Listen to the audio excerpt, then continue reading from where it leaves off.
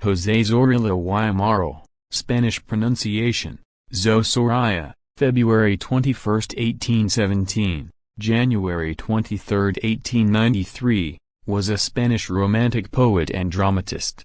Biography: Moro was born in Valladolid to a magistrate in whom Ferdinand VII placed special confidence.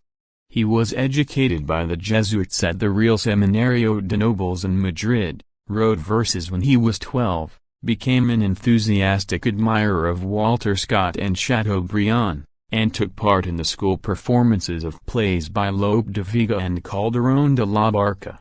In 1833 he was sent to study law at the University of Toledo, but after a year of idleness, he fled to Madrid, where he horrified the friends of his absolutist father by making violent speeches and by founding a newspaper which was promptly suppressed by the government.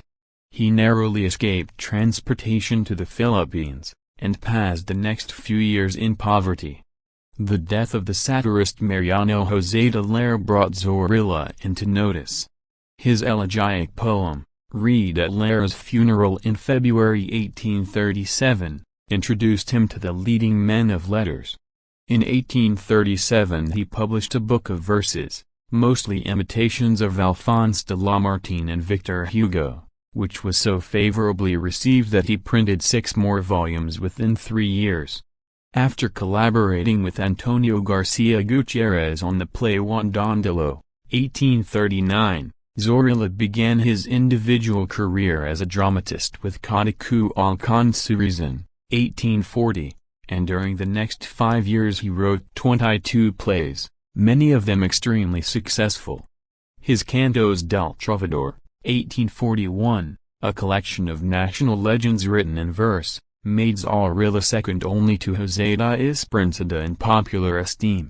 National legends also supply the themes of his dramas, which Zorrilla often constructed by adapting older plays that had fallen out of fashion.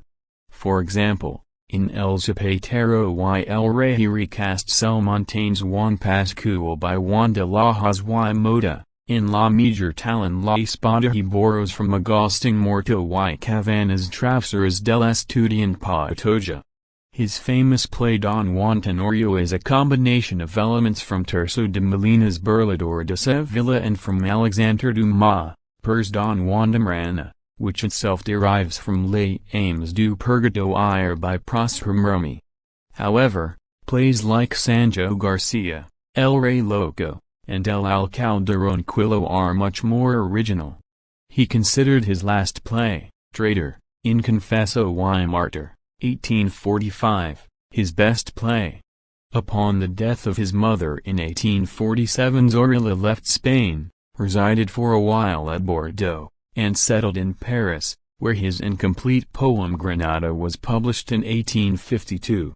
In a fit of depression, he emigrated to America 3 years later, hoping, he claimed, that yellow fever or smallpox would kill him. During 11 years in Mexico he wrote very little. He returned to Spain in 1866, to find himself half forgotten and considered old-fashioned. Friends helped Zorrilla obtain a small post, but the Republican minister later abolished it. He was always poor, especially for the 12 years after 1871. The publication of his autobiography, Recuerdos del Tiempo Viejo in 1880, did nothing to alleviate his poverty. Though his plays were still being performed, he received no money from them. Finally, in his old age, critics began to reappraise his work, and brought him new fame. He received a pension of 30,000 reals, a gold medal of honor from the Spanish Academy, and, in 1889, the title of National Laureate. He died in Madrid on January 23, 1893. In his early years, Zorrilla was known as an extraordinarily fast writer. He claimed he wrote El Caballo del Rey Don Sancho in 3 weeks, and that he put together El Puñal del Gato in 2 days. This may account for some of the technical faults, redundancy and verbosity, in his works. His plays often appeal to Spanish patriotic pride, and actors and audiences have enjoyed his effective dramaturgy. Don Juan Tenorio is his best-known work.